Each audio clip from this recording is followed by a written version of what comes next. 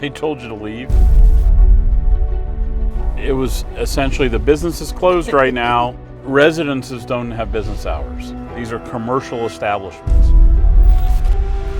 Pennsylvania has problems with their voter rolls, and this is important because Pennsylvania is going to be sending out a lot of mail ballots, and the voter rolls in Pennsylvania have a variety of problems. The one we're focused on is the people who are registered improperly where they're not supposed to be registered.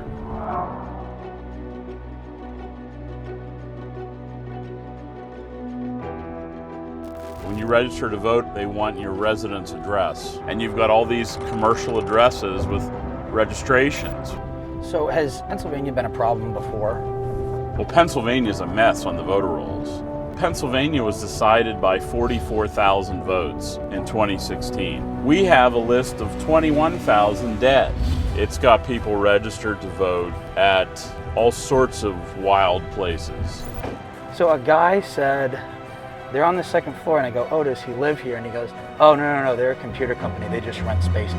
Oh, this is the Alcoa headquarters. I think this is the headquarters to Alcoa Aluminum. It's Aluminum Corporation of America. There's nobody going to be living there. There's nobody by that name there. You got a locked commercial place where the people there say there's no one by that name. Does she live here? She doesn't live here. She doesn't live here? He's already voted. He's already voted? Okay, but does he live upstairs? He doesn't live upstairs? It's not a residence. It's not a residence. Voter mail and sometimes even ballots go to these commercial addresses, go to these places where people probably don't live, and in some cases they're vacant lots. Commercial areas are getting representation that they don't deserve. There's a whole industry with hundreds of millions of dollars devoted to making sure it's not done, and probably smearing these efforts like we're doing now.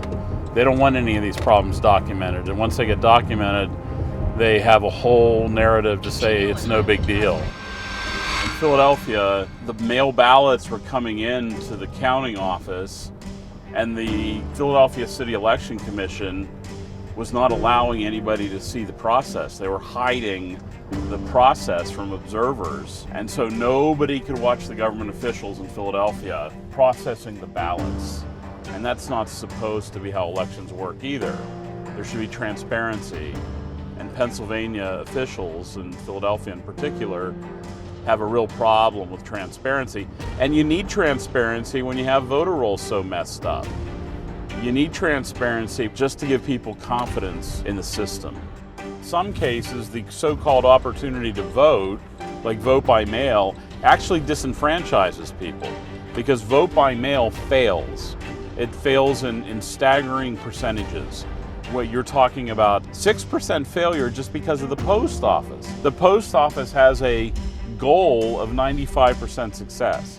They say that in their reports for political mail, and it means 5% failure. 95% success is 5% failure. So do you want to be part of the 5% who vote by mail, who your ballot fails to get there? Let me ask you this. If you won Powerball this weekend, and you had the winning ticket, would you put that winning ticket in the mail to send to the lottery office, or would you go there in person to deliver it? Everybody knows the answer. The people who we have turned this election over to, the post office, is the same group of people who regularly deliver you your neighbor's mail. The system is going to pump into this election in this key swing state a bunch of uncertainty.